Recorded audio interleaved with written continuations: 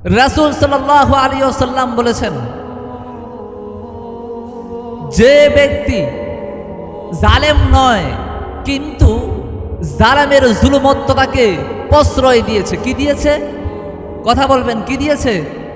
সে জালেম নয়, সে জুলুম করে না, যে জুলুম করে তাকে সমর্থন করেছে, তাকে প্রশ্রয় দিয়েছে। জালেমের জুলুমত্বতাকে সে দেখেও না দেখার মতো রয়েছে, তার বলার শক্তি থাকার পরেও সে চুপ থেকেছে। ওই সমস্ত মানুষ আমার উম্মত হতে পারে না। রাসূল সাল্লাল্লাহু আলাইহি ওয়াসাল্লাম স্পষ্টভাবে বলে দিয়েছেন, যেই সমস্ত মানুষ জুলুমের জুলুমত্বতাকে প্রশ্রয় দিবে, সমর্থন করবে, ওই সমস্ত মানুষ কখনো আমার শাফায়াত পাবে না, ওই সমস্ত মানুষ কখনো আমার হাউজে কাউসারের পানি পাবে না। আপনি কি ভাবছেন জালেম জুলুম করছে মাজলুমের উপরে, আমার কি? আমি চুপ করে বসে আছি, শেষ, আমার তো কিছু হচ্ছে না। আপনি এটা ভাবছেন জালেম জুলুম করছে মাজলুমের উপরে, আমার কিছু না? শুনে রাখেন, আপনি নবীজির উম্মতের অন্তর্ভুক্ত কখনো হতে পারবেন না। আর যদি নবীজির উম্মতের অন্তর্ভুক্ত না হতে পারেন, তার জন্য জান্নাত হারাম। যে ব্যক্তি নবীর শাফায়াত পাবে না, সেই ব্যক্তি যেন কখনো জান্নাতের আশা না করে।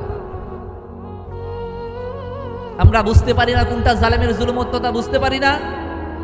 এই বুঝে থাকার পরেও যে চুপ করে থাকবে, এই বুঝে থাকার পরেও যে না বুঝার ভান করে নিজের জীবন যাপন করবে, ওই ব্যক্তি রাসূল সাল্লাল্লাহু আলাইহি ওয়াসাল্লামের কাছ থেকে হাউজে কাউসারের পানি পাবে না। সুতরাং আমি বলতে চাই, দেখেন, মানুষ হয়ে মানুষকে হত্যা করা, মানুষ হয়ে মানুষকে আঘাত করা, মানুষ হয়ে মানুষকে নির্যাতন করা, এটা আল্লাহ পাক রব্বুল আলামিন নিষেধ করে দিয়েছেন, হারাম করে দিয়েছেন। আপনার শক্তি আছে, আপনি আজকে মানুষকে হত্যা করছেন, আপনার শক্তি আছে, আপনি আজকে মানুষকে নির্যাতন করছেন, জুলুম করছেন। মনে রাখবেন, আপনার যেই স্বার্থের জন্য এগুলো করছেন, সেই স্বার্থ শুধু দুনিয়াতেই শেষ, আখিরাতে আপনার স্বার্থ কাজে লাগবে না। ইয়াউমা লা ইয়ানফাউ মালু ওয়ালা বানুন। আপনি আজকে যে চাকরি বাঁচানোর জন্য মানুষকে হত্যা করছেন, আপনি আজকে নিজের স্বার্থের জন্য যেই মানুষকে হত্যা করছেন, ওই স্বার্থ দিয়ে আপনি ভরণ পোষণ দিচ্ছেন, সেই সন্তান সন্ততি আপনার কিয়ামতের দিন কাজে লাগবে না। ওই স্বার্থ আপনাদের কিয়ামতের দিন কাজে আসবে না। আল্লাহ পাক রব্বুল আলামিন বলছেন, ইয়াউমা লা ইয়ানফাউ মালু ওয়ালা বানুন।